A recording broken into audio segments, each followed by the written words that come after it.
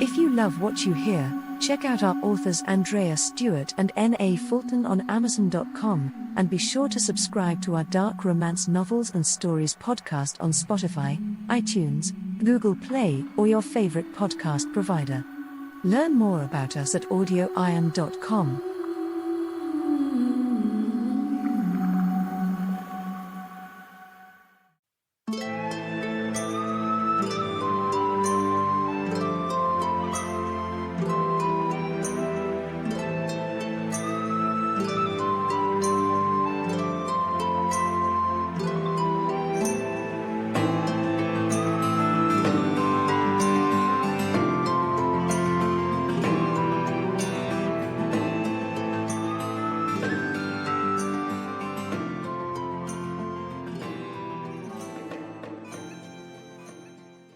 Pirate's Desire by Andreya Stuart.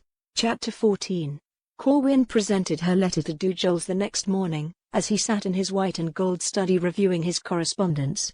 She watched him scan the note briefly, and then saw him fold a card with his name and location inside the missive and seal it in wax. He summoned a servant who departed without a word, message in hand. There, you see.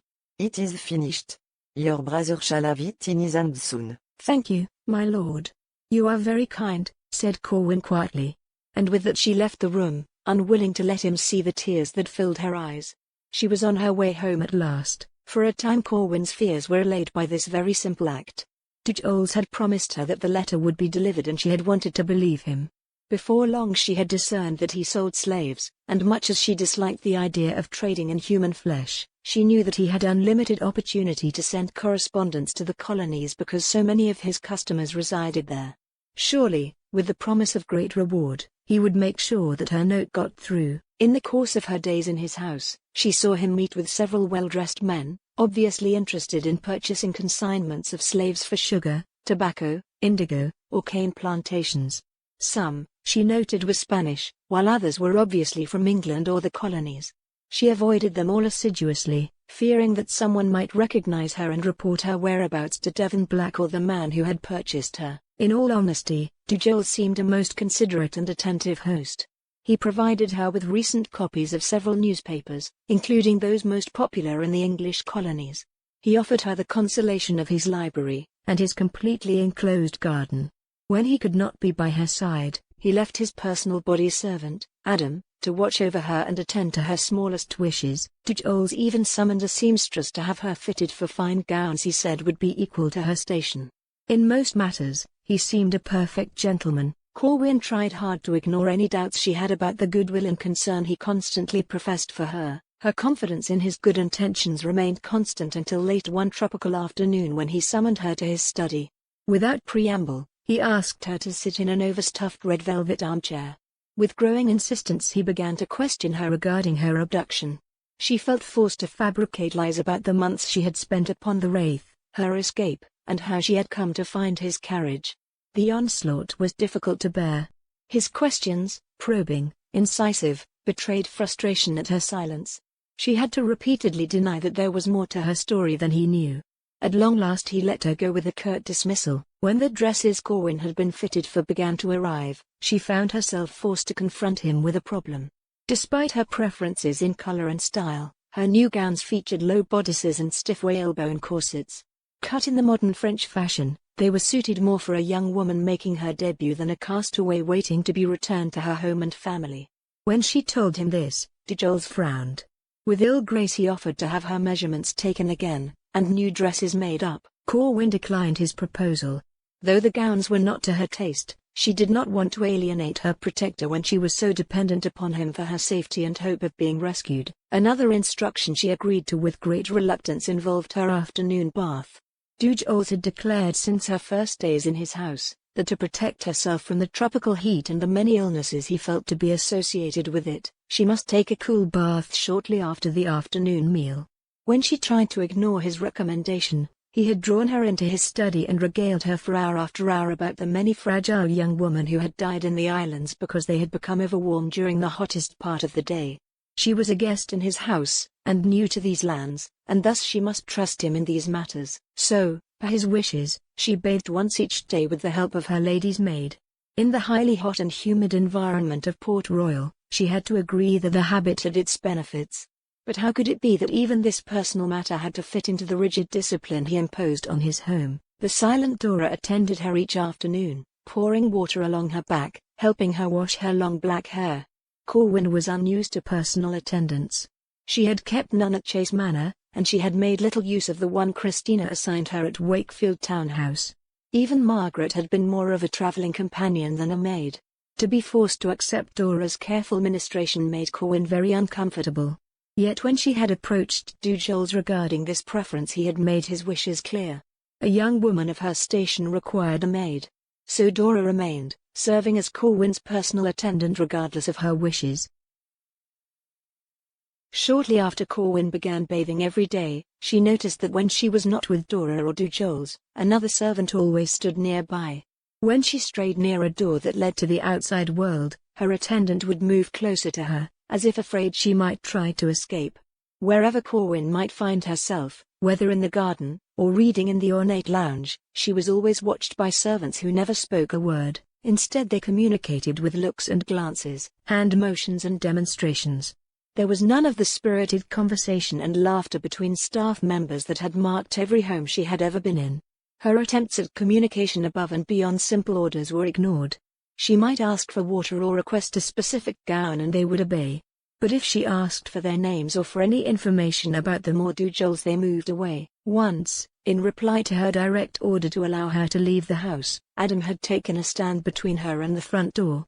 He slowly shook his head from left to right. Clearly he understood every word she said, and just as clearly she would never hear him speak. He would also never let her leave without his master's permission.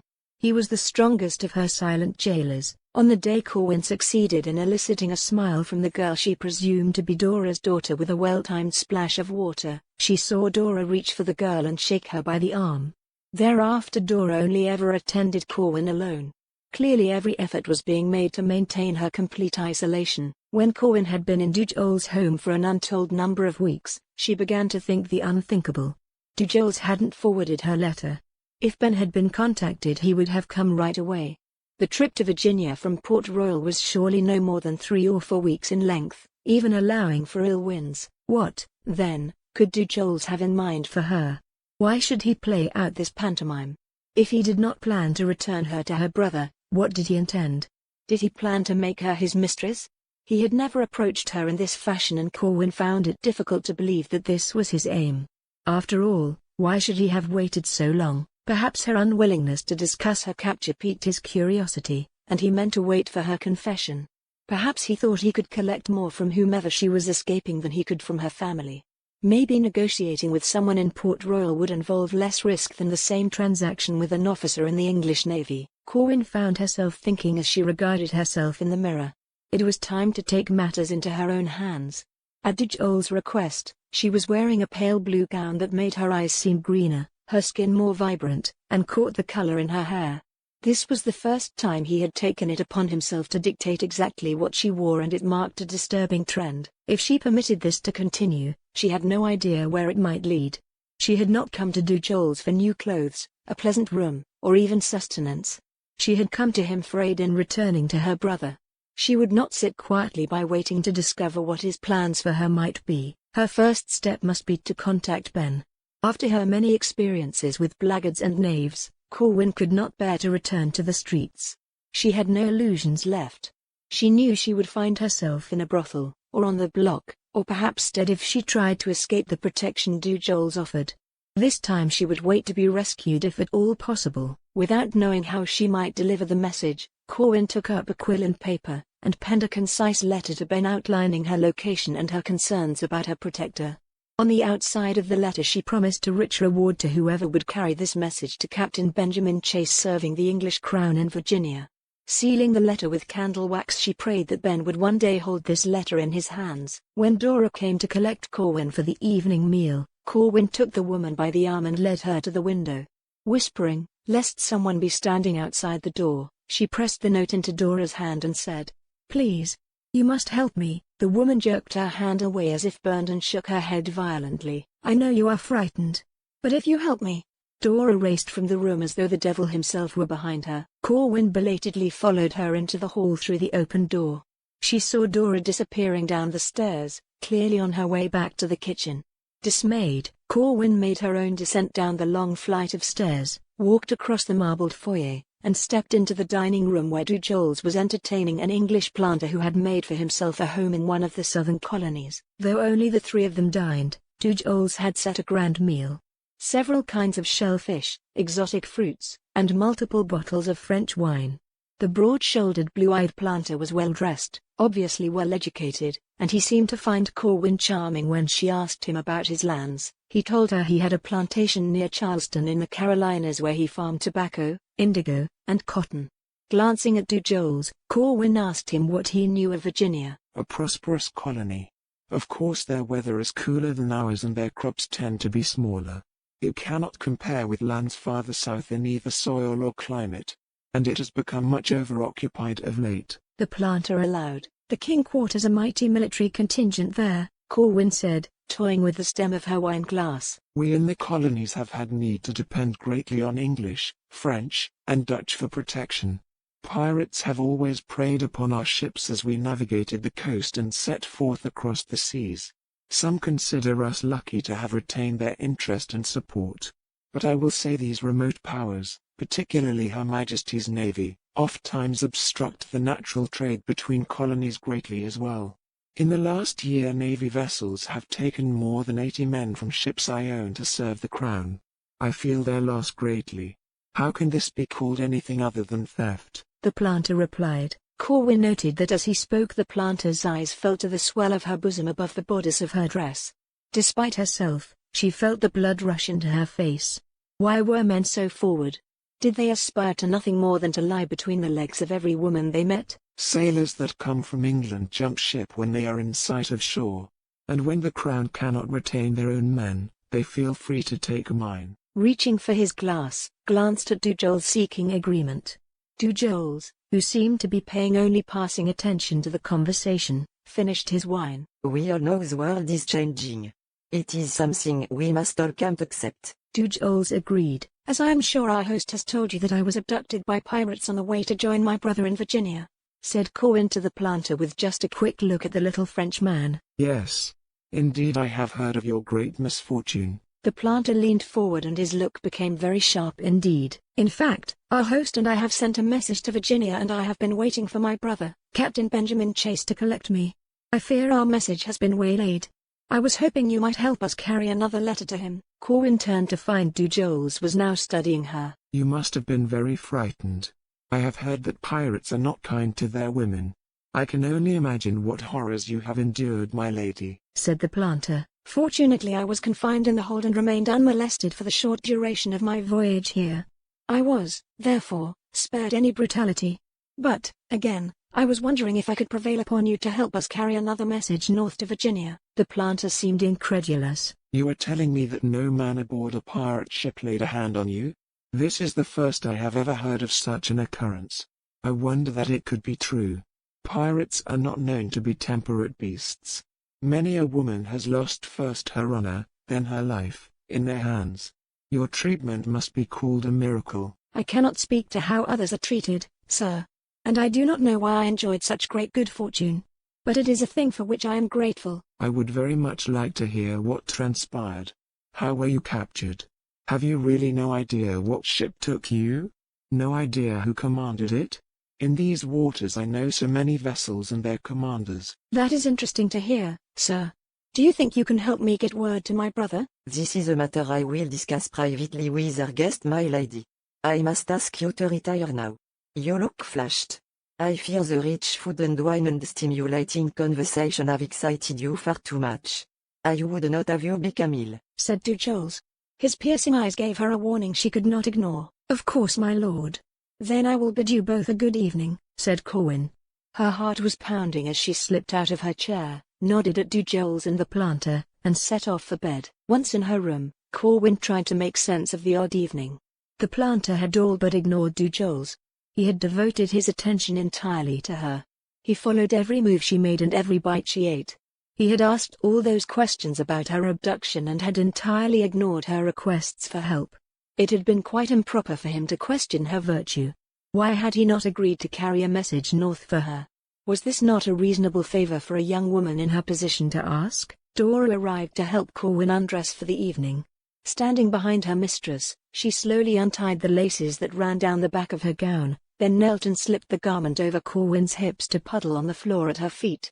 She went on to tackle the underskirt, crinolines, stockings and shoes as well. Eventually Corwyn was naked and Dora spent several irritating minutes bathing her with a damp sponge and perfumed water before helping her into a fine lawn nightdress. Then she left the room, not giving Corwyn so much as a second to address what had transpired between them earlier. Once in bed, Corwyn turned down the lamp on the little table near her bed. Then she allowed herself to wonder why Jules ever asked her to dine with his guests. Was she some kind of exotic animal he paraded to impress them? Why would none of his servants speak to her? Corwyn couldn't help but feel she was the only member of the household who did not know a terrible secret. Hours later, Corwyn found herself being shaken awake. The room was completely dark and a smooth hand was pressed down hard over her mouth.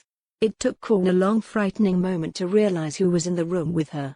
When she knew, her heart skipped a beat. Dora took her hand slowly from Corwyn's lips. She pulled the bedclothes away from Corwyn's hands and silently urged her to get out of bed. Dora led her to the bedroom door which she opened gingerly. In the hall below she could hear Jules and the planter talking. Perhaps they were finally discussing the terms by which more unfortunate souls would be sentenced to live and die tending the planter's fields. Dora pulled Corwyn swiftly into the room next door to her own. Corwyn could see this room was outfitted as a private parlor. Moonlight illuminated a chaise lounge, a round gaming table with chairs around it, a plush sofa covered in cushions, an array of liquor bottles and fragile long-stemmed glasses. Along one wall she saw a cabinet very like the one in her room, but it lacked the large black mirror. Dora led her to the cabinet and slid aside a long panel. Suddenly Corwyn could see every inch of her room as if it were a stage. The glass that appeared to be a mirror in her room was actually a highly polished, lightly silvered window. Corwyn's blood ran cold. She stripped and bathed every day before this aperture. He watches me. Corwyn turned to look at Dora. The woman pointed at 2 glasses and a half-empty bottle of wine on the table. It took Corwyn a moment to understand. Then her face flushed. Jules had invited the planter to watch her as well. She thought of all the men who had visited in the last many weeks since she had come here. How many had seen her unclothed during her afternoon bath? Dora slid the panel shut, then took Corwyn by the hand. Together they reversed their journey. When Corwyn was back in her room, Dora turned to leave. Corwyn caught her arm. Corwyn tugged the woman to her little desk, slid open a drawer, and then she pressed the folded note she had penned earlier into her resisting hand. Dora, please give this to any honest sea captain in port. If my brother only knows where to look for me, he will come. I swear it. And when he comes for me I shall take you and your daughter as well. You don't have to stay here. Dora shook her head and tried to give the message back. Corwyn refused to take it. Why? Surely you know we must escape. Do you want to remain here? Dora rolled her eyes as if Corwyn was mad. Then, as if making a decision, she pulled Corwyn with her to the window where moonlight fell in a silver shower. She opened her mouth to the moon and Corwyn saw, to her shock, the woman had no tongue, just a scarred stump within her mouth.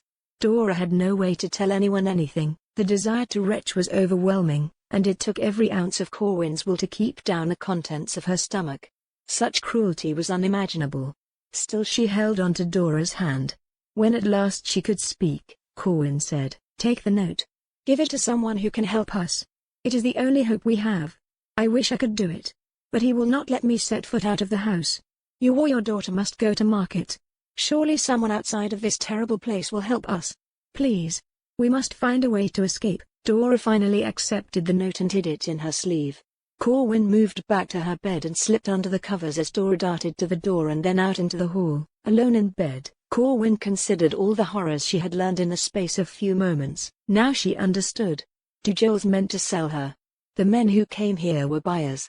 The one she had met today must have been very interested in her because Jules had permitted him to speak to her at length. They might be setting her price even now. If Ben did not find her quickly, Corwyn might spend the rest of her life in chains at the mercy of whoever her new master chose to share her with. Worst of all, that might be the best outcome she could realistically hope for.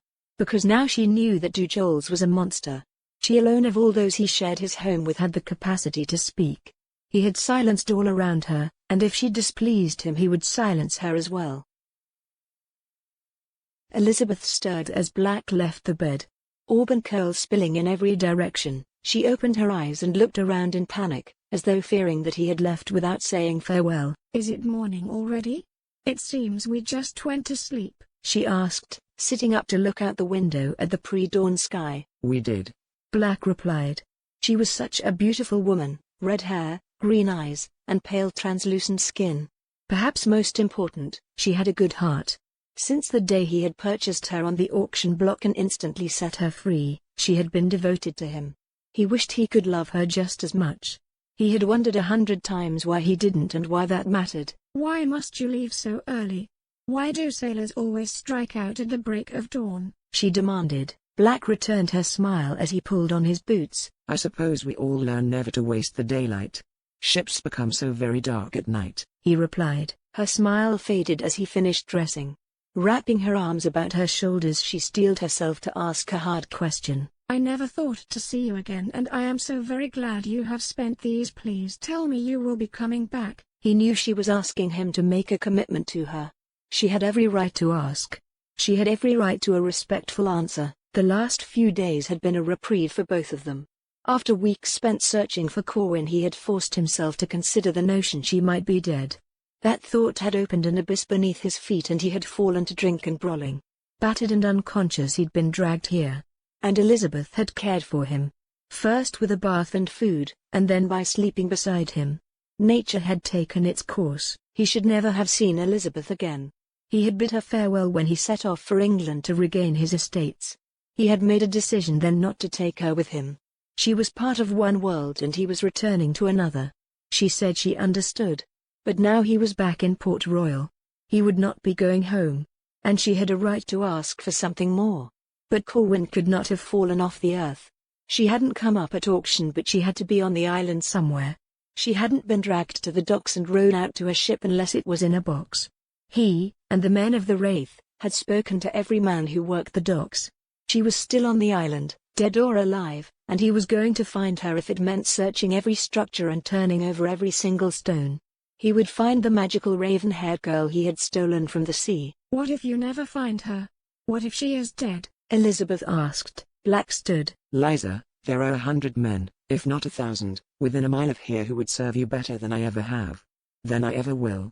This girl I am looking for, she trusted me. Do not make the same mistake. Let yourself fall in love with someone who is less of a monster and more of a man." When Black looked up, he saw silent tears pouring down Elizabeth's face. He bent down to press a kiss into her forehead, then he left the room. As he walked down uneven stairs in the blazing tropical sunshine, he vowed to himself he would never return. Elizabeth was one of the few women in Port Royal who had some level of control over her fate. The tavern above which she slept was one he had purchased and given to her just before leaving for England.